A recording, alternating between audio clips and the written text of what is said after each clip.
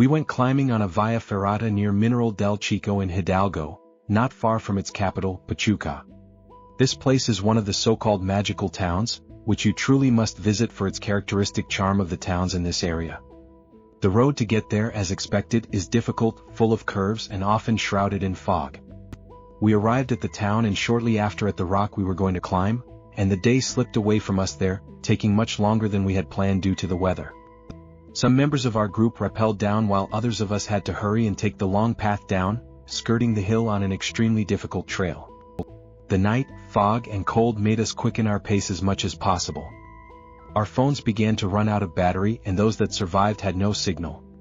It was the perfect weather for a horror story.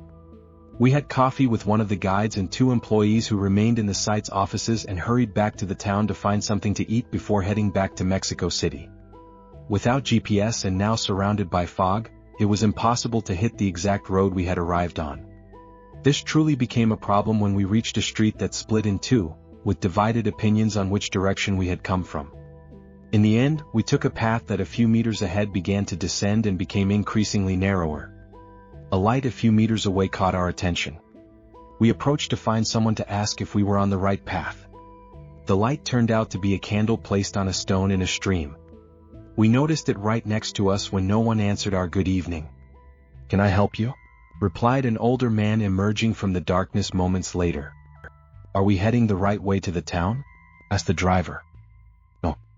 Go back. And when the road splits, take the one on the right."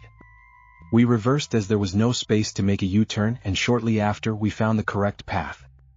The picturesque light of the small houses contrasted with the darkness and the eerie direction we had mistakenly taken.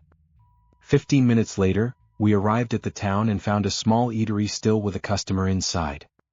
The owner let us in to prepare something for us to eat, even though it was past closing time. The topic of conversation was the day's events, but we couldn't help but mention the strange image of the man by the candle. The young man serving us couldn't avoid overhearing and asked where it had happened. When we told him, his expression grew more serious and he told us in the most formal manner, that in that area, people who have long since passed away often appear. We asked him to explain why he said that and he hurried to serve us. Afterward, he took a chair from the next table and told us that, despite knowing many stories, what he could share was his own experience. Based on his estimation and the detail of the stream, this likely happened in the same place where we had gotten lost minutes before, or at least quite close. Along that path, near the end, lives one of his mother's sisters, whom they frequently visit. On one occasion some time ago she had forgotten her diabetes medication at home, and his mother, upon realizing it, sent him and his younger brother to deliver it to their aunt, as she needed it without fail. It was late, and on that occasion, as when he recounted his experience, the fog enveloped the town.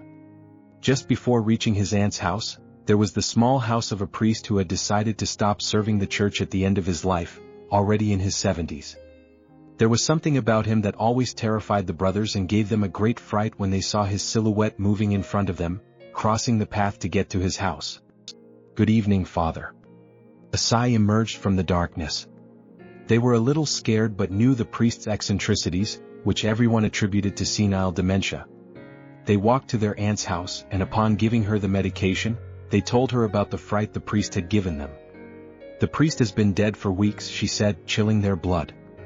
Using many expletives, the aunt told them it must have been one of the satanic youths who used to go to his house and continued to visit on foggy nights to carry on with whatever they were doing. Out of caution or curiosity, they stopped running as they approached the priest's house. Only the sound of the stream could be heard, and the fog prevented them from seeing more than a few meters ahead. Suddenly, a gust of wind cleared some of the fog, and in front of the house, they saw the priest with his mouth agape, as if his jaw had detached from his head, and his eyes filled with an absolute blackness. They ran back frantically to their aunt's house, who called their mother to say the young men would stay with her that night. She didn't tell her about what they had seen and she tried to calm them, saying it was probably those satanic youths who enjoyed scaring the neighbors. They returned home in the morning and much later their aunt confessed that indeed, the priest often appeared around his house and along the stream. When he finished his story we realized that the owner and the other diner were also listening intently. Outside, only the anise plant was visible through the window. We hurried to finish our dinner and said our goodbyes. I thanked the young man for the story, briefly told him about this channel, and asked for his permission to share this tale. We left feeling nervous, and on the way the fog accompanied us for quite a while. I don't know if it was just me, but I had the feeling that something was watching us through it.